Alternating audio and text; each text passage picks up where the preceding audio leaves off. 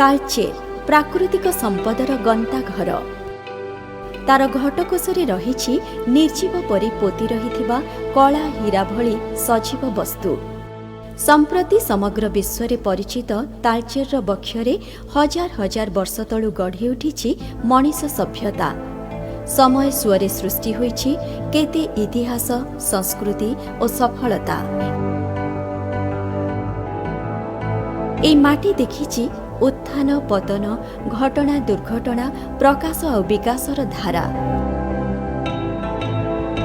भौगोलिक अवस्थिति दृष्टिरू ओडिशार केन्द्रस्थल अवस्थित अनुगुल जिल्लार समृद्ध उपखंड तालचेर केवल जिल्ला नुहे, समग्र राज्य और देश पई पालटिछि अर्थनैतिक विकास धारार भित्तिभूमि। केउ अतीत कालरू प्राचीन संस्कृति सहित जोड़ी होई रहिछि तालचेर। प्राचीन प्रस्तर युगरू आरंभ करी आधुनिक संस्कृति और सभ्यता भितरे निजर अस्मिता को प्रतिपादित करिछि एही रत्नगर्भा भूखंड। एई माटीरे दिने आश्रय नेइथिले मोक्षकामी बौद्ध श्रमण। विकास लाभ करिथिला बौद्ध सभ्यता। इतिहास रे एहार नाम सुस्पष्ट हेले मध्य सप्तम शताब्दी बेलकु जमगर्त मंडल रे तालचेर विषय थिला बोली जଣା पड़े ताम्रपत्ररू। केतेक ऐतिहासिक कुहंती एही भूखंडर नाम थिला हिंगुलाकट। पुण्यतोया ब्राह्मणी अवबाहिकार अवस्थित तालचेर शैव, शाक्त, वैष्णव और महिमा धर्मर समन्वय स्थल। विभिन्न स्थान रे पाताल भेदी महादेवंकर आविर्भाव एई माटीरे आध्यात्मिक चेतना को करिछि विकसित।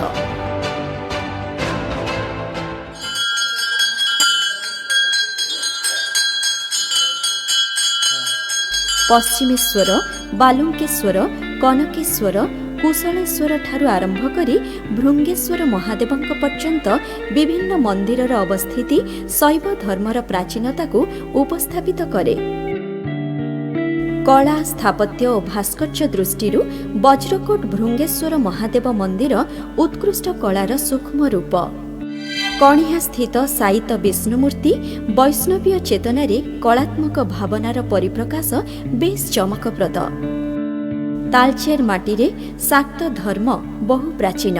केउ आबहमान कालरू अनंत शक्तिर ज्योतिर्मयी रूप मां हिंगुला एही भूखंडर आराध्या देवी, विश्वरूपी विश्वजननी, सर्वभूता देवी।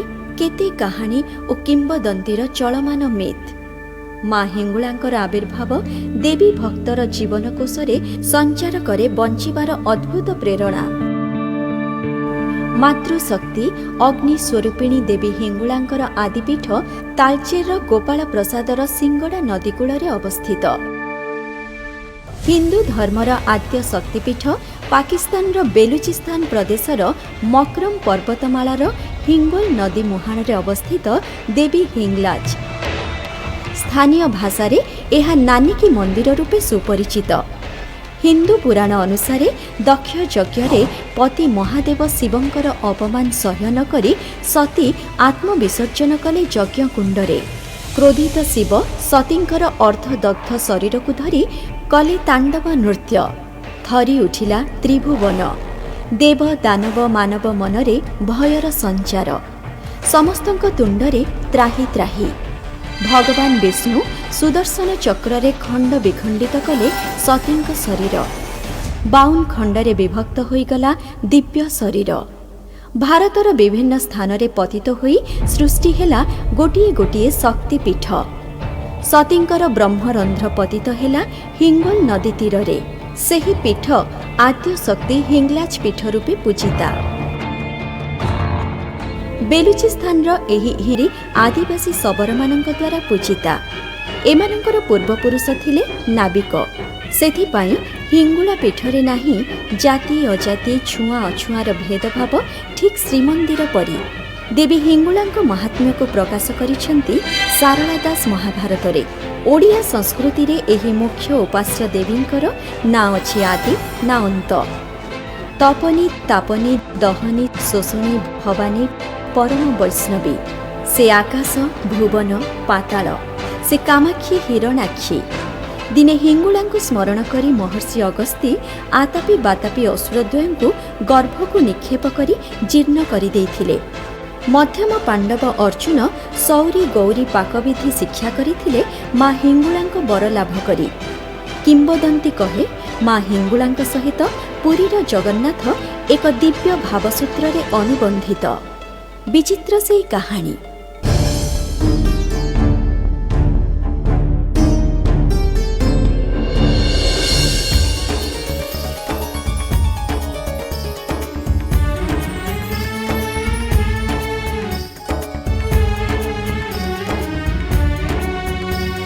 महाराज गुंडीचा महाराज छामुक निकटरे गुहारी गुहारी नुहे महाराणी अविलंबे करंतु प्रकाश। महाराज रत्न सिंहासन विजय पतित पावन प्रभु श्री जगन्नाथ चतुर्था मूर्ति सतरे कि सुंदर से दिव्यकांति आत्मसंतोष लभिची करी दर्शन। लीला यही तो महाप्रभुंकर दिव्य लीला। किंतु किंतु महाराज प्रभु की बा रहिबे उपास दिव्य अर्ण प्रसादर हेउ भव्य आयोजन। उचित कहच महाराणी उचित कहच। प्रभुंक पई होइबो सुबंदोबस्त किंतु किंतु उपाय उपाय उपाय बतेइबे स्वयं पतित पावन करंतु स्मरण। अंतर्जामी प्रभु तुमरी आज्ञार होइबो पालन।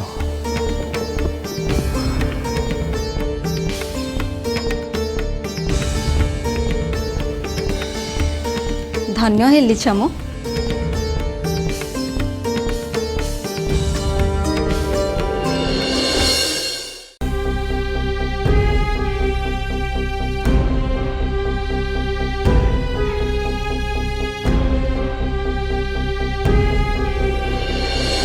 राजन वृथा चिंता नहीं प्रयोजन अविलंबे गमन कर विदर्भ राज्य को।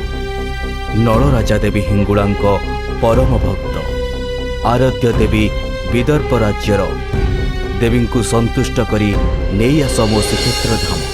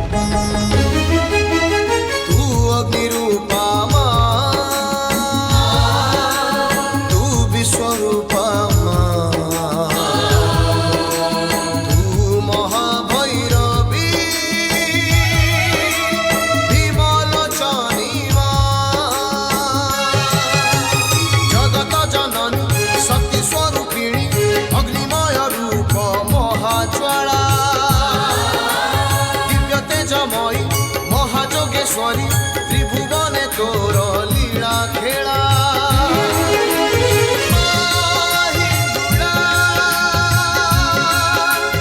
जय महिगुणा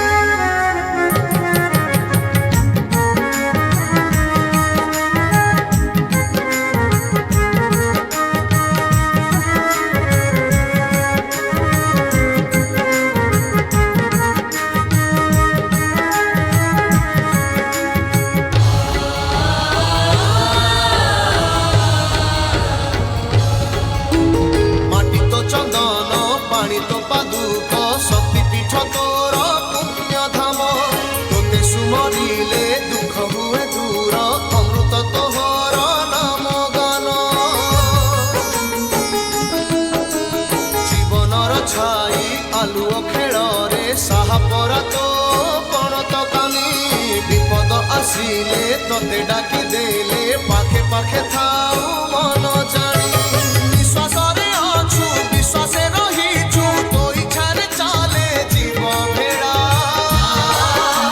ତୋ କରୁଣା ଝର ସୁନ୍ଦର ସୁନ୍ଦର ଦୁନିଆ ଲାଗଇ ମଧୁବୋଳା ମାହି ବୁଢ଼ା ଜୟ ମାହି ବୁଢ଼ା ମାହି ବୁଢ଼ା ଜୟ ମାହି ବୁଢ଼ା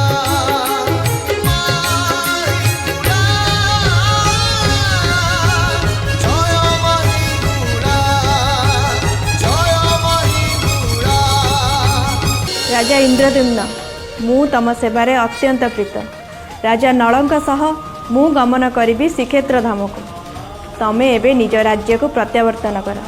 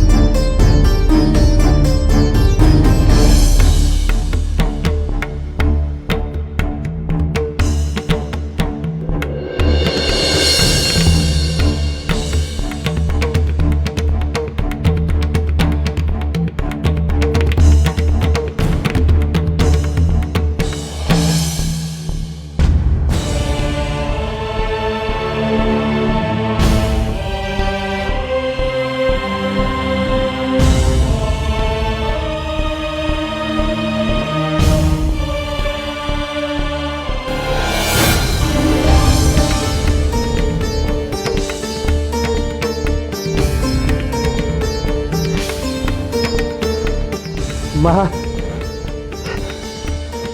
माँ माँ माँ माँ माँ माँ माँ माँ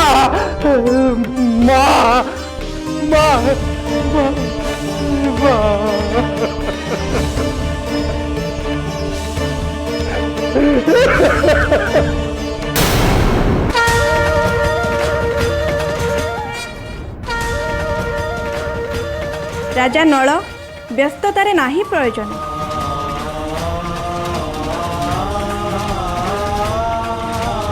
एहा मोर प्रिय स्थल सिंगड़ा नदी कूलरे गोपाल प्रसाद गड़ लागे मते अतीव सुंदर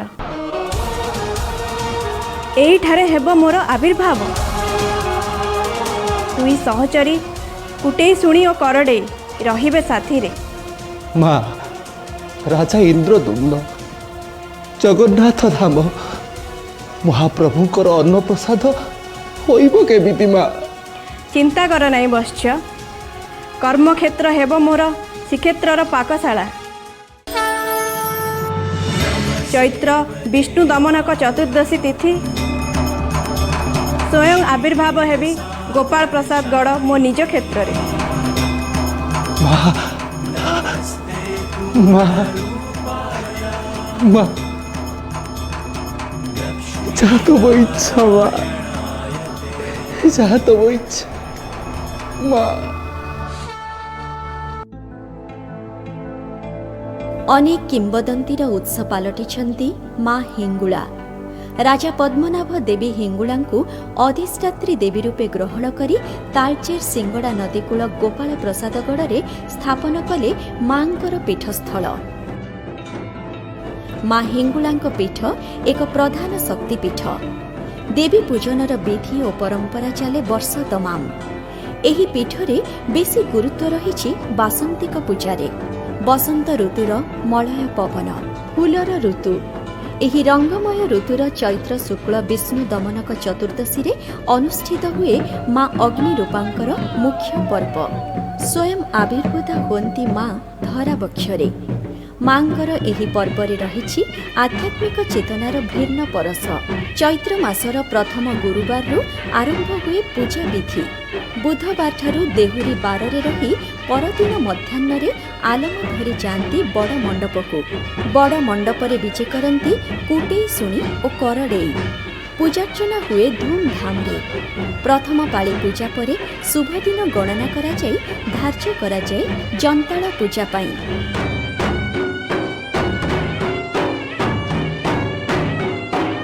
ଜନ୍ତାଳ ପର୍ବ ମଧ୍ୟାହ୍ନରେ କୁଟେଇ ଶୁଣି ମଣ୍ଡପକୁ ବିଜେ କରନ୍ତି ଚଳନ୍ତି ପ୍ରତିମା। ମାର୍ଜନା ଓ ସ୍ନାନ ପରେ ଶାବର ମନ୍ତ୍ରରେ ପୂଜା କରନ୍ତି ଦେହୁରୀ। ଠାକୁରାଣୀଙ୍କର ପାଟଖଣ୍ଡା ଓ ଆଜ୍ଞାମାଳ ନେଇ ଆମନ୍ତ୍ରଣ କରନ୍ତି ଗୋପାଳଗଡ଼ ପାଟଣାରେ ଥିବା ପତିଆରଙ୍କୁ। ତିନି ଡାକରେ ସ୍ନାନକର୍ମ ସାରି ପୂଜା ମଣ୍ଡପକୁ ଅଗ୍ରସର ହୁଅନ୍ତି ପତିଆର। ଶୁଦ୍ଧ ପୂତ ହୋଇ ପରିଧାନ କରନ୍ତି ନୂତନ ବସ୍ତ୍ର। ଷୋଡ଼ଶ ଉପଚାରରେ ପୂଜା କରାଯାଏ ପତିଆରଙ୍କୁ। ଏହି ସମୟ ଦେବୀଶକ୍ତିଙ୍କର ପ୍ରଚଣ୍ଡ ପ୍ରବାହ। ମନୁଷ୍ୟ ଦେହରେ ମାଙ୍କର ଅନୁପ୍ରବେଶ। ପତିଆର ମସ୍ତକରେ ପଞ୍ଚାମୃତର ସହସ୍ରଧାର। ମାଙ୍କ ଆବିର୍ଭାବର ଦିଗ ପଚାରନ୍ତି ଗଡ଼ନାୟକ। ଦିଗ ନିର୍ଣ୍ଣୟ ହୁଏ ମାଙ୍କର ଆଗମନର। ନିଶାର୍ଥ ପ୍ରହର ନିର୍ଦ୍ଦେଶ ହୋଇଥିବା ସ୍ଥାନକୁ ପୂଜା ଉପକରଣ ଧରି ଯାଆନ୍ତି ଦେହୁରୀ। ଦେହୁରୀ ଦେଖନ୍ତି ଚତୁର୍ଦିଗରେ ଅଗ୍ନି ପିଣ୍ଡୁଳା। ମାଙ୍କର ଦିବ୍ୟ ଲୀଳାର ପ୍ରକାଶ ହୁଏ ମର୍ତ୍ତ୍ୟଧାମରେ। ଶାବର ମନ୍ତ୍ରପାଠରେ ବଶୀଭୂତ କରନ୍ତି ଦେହୁରୀ। ସ୍ଥିର ହୁଅନ୍ତି ଗୋଟିଏ ସ୍ଥାନରେ ମା ଅଗ୍ନିରୂପା ହିଙ୍ଗୁଳା। ପୂଜା ଅର୍ପଣ କରାଯାଏ ଅତି ଶୁଦ୍ଧପୂତ ଭାବରେ। କୋଇଲା ସଂଗ୍ରହ କରି ମାଙ୍କର ଅଗ୍ନିପିଣ୍ଡୁଳାରେ ଅର୍ପଣ କରନ୍ତି ଦେହୁରୀ। ପ୍ରତ୍ୟେକ ଦିନ ସକାଳ ଓ ସନ୍ଧ୍ୟାରେ ସଂଯୋଗ କରାଯାଏ ଚରା ପଥର। କଳେବର ଧାରଣ କରେ କ୍ଷୁଦ୍ର ପର୍ବତାକାର।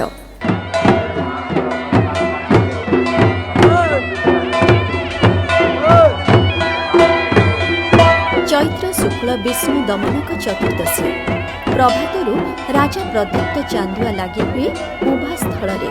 ମାଙ୍କ ଦର୍ଶନ ପାଇଁ ଲକ୍ଷ ଲକ୍ଷ ଭକ୍ତ ଛୁଟି ଆସନ୍ତି ଏହି ପ୍ରସିଦ୍ଧ ଶକ୍ତିପୀଠକୁ। ଅପରାହ୍ନରେ ବିଜେ କରନ୍ତି ଚଳନ୍ତି ପ୍ରତିମା ଆଲମ।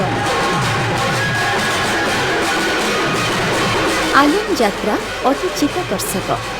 ଘଣ୍ଟ ଘଣ୍ଟା ଢୋଲ ନିଶାଣର ଗୁରୁଗମ୍ଭୀର ନାଦ ସହ ନୃତ୍ୟର ଯୁଗଳବନ୍ଦୀ। ବିଭୋର ହୋଇ ଉଠନ୍ତି ଦର୍ଶକ। ପୂଜାର୍ଚ୍ଚନାରେ ମହକି ଉଠେ ଶକ୍ତିପୀଠ। ବିଷ୍ଣୁ ଦମନକ ଚତୁର୍ଦ୍ଦଶୀରୁ ଶୀତୁଳା ଯାତ୍ରା ଯାଏଁ ଚାଲେ ମା ହିଙ୍ଗୁଳାଙ୍କର ନବଦିନାତ୍ମକ ଯାତ୍ରା। ମା ମା ଶବ୍ଦରେ ପ୍ରକମ୍ପିତ ହୋଇ ଉଠେ ଚତୁର୍ଦିଗ।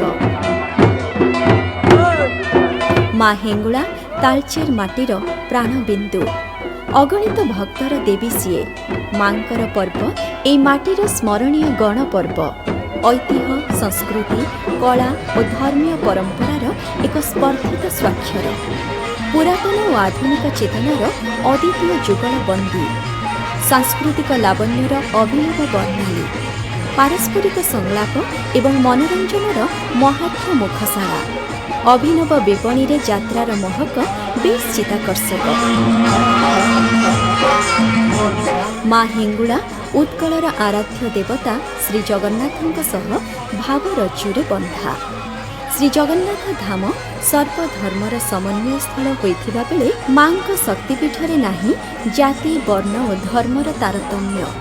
ଶ୍ରୀ ଜଗନ୍ନାଥଙ୍କ ରୋଷଶାଳାର ଦେବୀ ମା ଅଗ୍ନିରୂପା।